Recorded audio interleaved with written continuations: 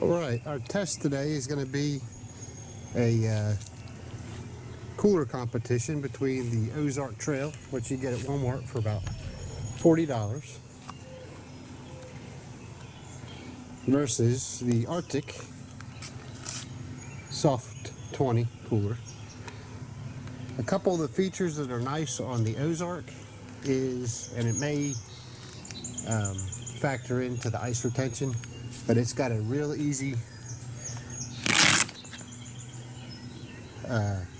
way to get your drinks out versus the RTIC that you have to unzip every time that you want to get the drinks out. But Ozark Trail, like I said, is $40. The RTIC is $100. The RTIC is basically like the Yeti clone. Couple things that I said I like about the Ozark Trail is the easy flip top. They call it a quick end to get your drinks out. They've also got a convenient bottle opener on the front. But something I've noticed, had a couple issues with, are the handles on the side. If you load too much stuff in there, the handles pop off, and I'll show you that later. I don't know if it's meant to be that way, that would break away or not, but it definitely kind of sucks when you're carrying your cooler and the handle breaks away. So we're going to just do this comparison, let them sit. They're sitting in the sun, just like you would be if you're out on the water. Okay, I'm sure some of you may ask, well, why don't you compare these coolers to a Yeti? Because Yeti is kind of the gold standard for these high ice retention coolers. Well, in a nutshell, I don't have a Yeti. Not going to buy one just for a test. If Yeti wants to send me a cooler, one of their softpak 20s, to be included in the test, I'll be more than happy to do a new comparison video. But like I said, this is just a comparison between the RTIC and the Ozark Trail. Kind of real world conditions. I'm not trying to keep ice for 4 days, 3 days, 2 days, whatever. This is for a day out on the water, or a day out four-wheeling, or a day out on the big boat, or camping. And just to kind of see, you know, if you're out and about for the day, going to the beach, whatever, you know, is the ice gonna stand up, keep your drinks cold for the day? So there we have it. That's our comparison. Like I said, if Yeti wants to send me one of their softpak 20 coolers to compare it, I'll be more than happy to. I'll send it back if they need it. It's currently 11:20, so not quite noon. Okay, now what we're going to do is we're going to load the coolers with drinks and ice, equal amount of both. That way we can do a comparison of, you know, exact comparison of how they fare. All the drinks are pre-chilled, and ideally you want to pre-chill your coolers. We haven't done that, but if you put an ice pack in there the day before, I have some frozen water and Gatorade bottles that I'll pre-chill my cooler. That will give you a little bit better performance, but we're just going to do it you know, off the shelf per se. So here we go. Alright, so we do have an equal amount. We got one Powerade, a Monster, 4 bottles of, or 4 cans of Michelob Ultra to celebrate the catch, and then 3 bottles of water. And it's the same, it's just with the different setups of the cooler. It just looks a little bit different, but they're exactly the same. And now we're going to put 5 pounds of ice in each bag. Alright, make sure everybody sees it's the same. We've got 80.05 ounces, which is 5 pounds. Put this over here.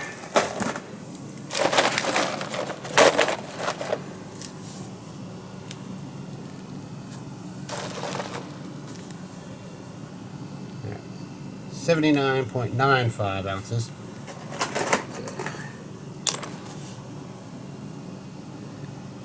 Alright, 80.5, 80.10, so pretty much identical. I'm not gonna try to figure out a ½ ounce of ice. So there we go. We're gonna dump both of these into the cooler. All right, so that's the ice dumped in the cooler. Again, it's right at 5 pounds in each cooler. And then we're going to go sit them outside like you typically would if you're out kayaking. You're going to be out in the sun. So we're going to put them outside and test them at the end of the day to see how they do.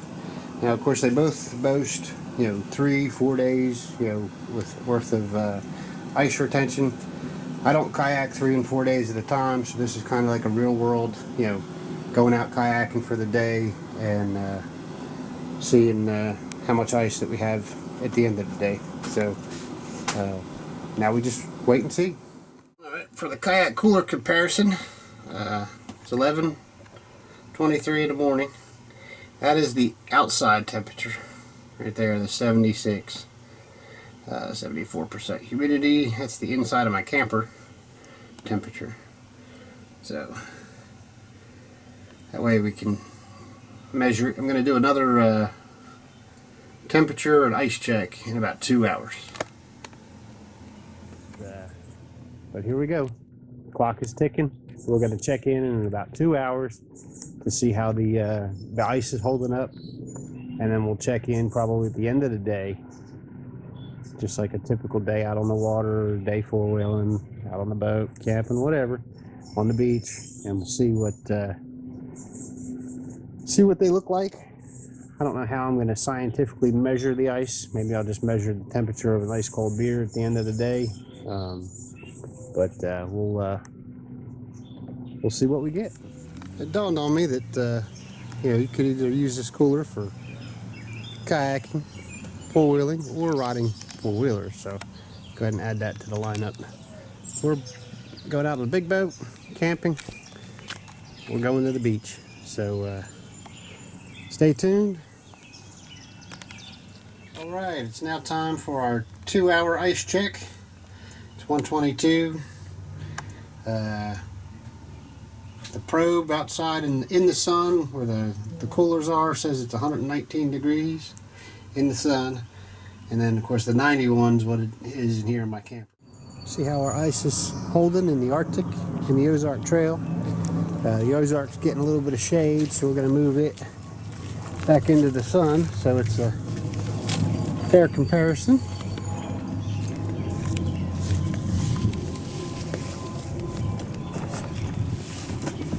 So we got the Arctic up here, and then the Ozark out here is back in the sun. So here in a couple of seconds, we'll go ahead and do our 2 hour ice test. All right, first up is the Arctic. Still have a good amount of ice in there.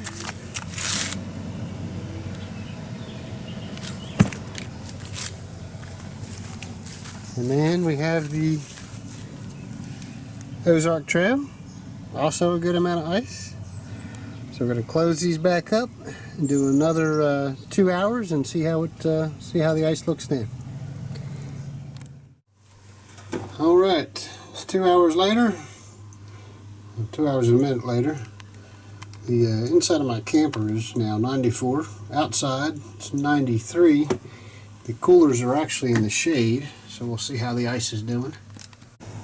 All right, as you can see, both of the coolers are in the shade, and it's actually a little overcast today. So we're going to do our ice check. Start with the Arctic. All right, that's what we got so far for the Arctic. You can tell it's melted down a little bit.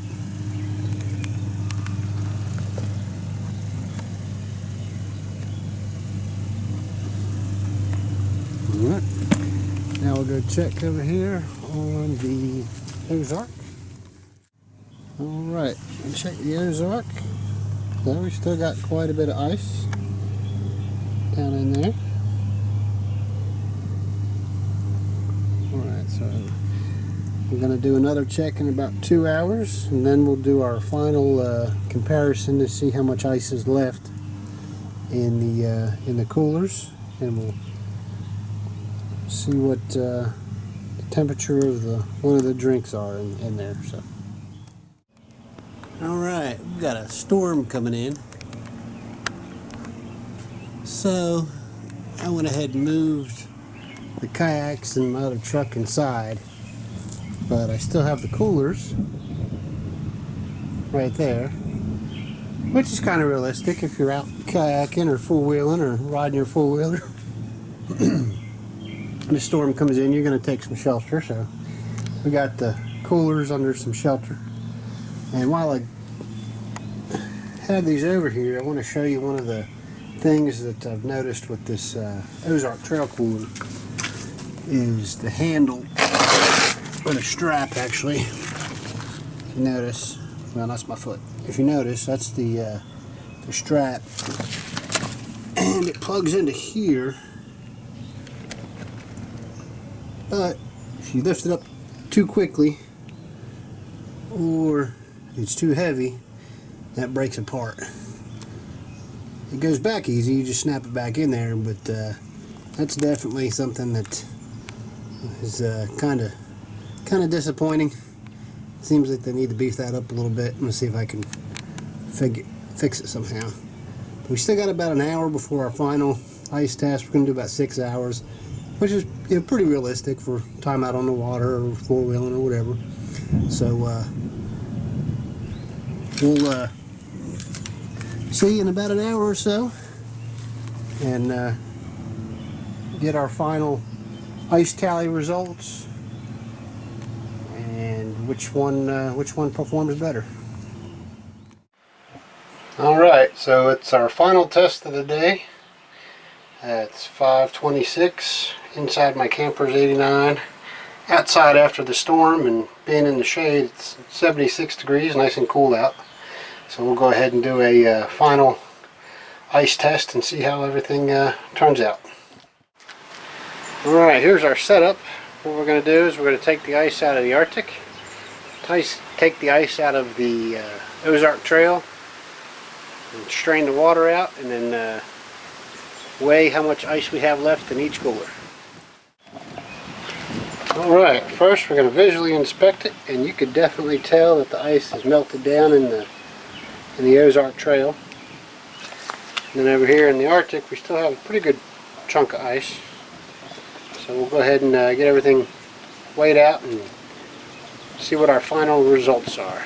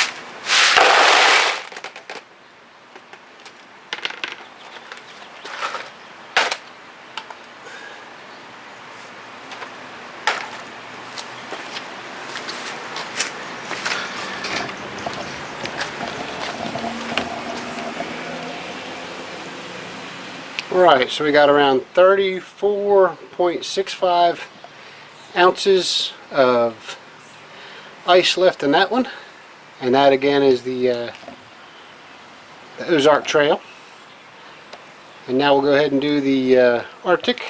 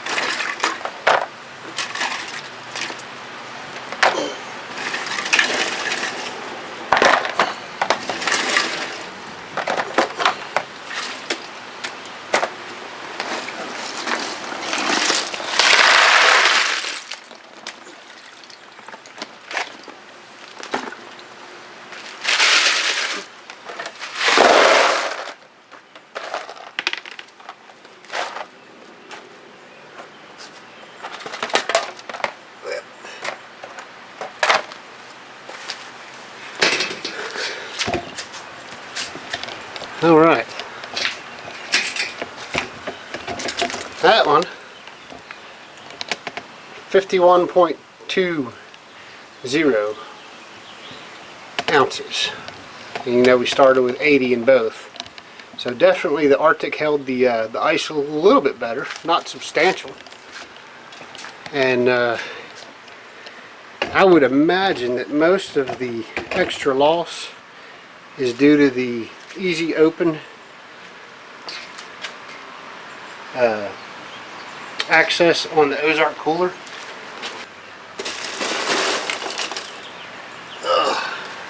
Of course, the final test, get our temperature gauge.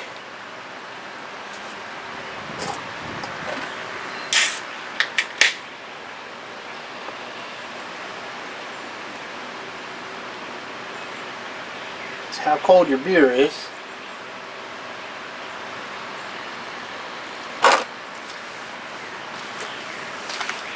At the end of a hard day on the water.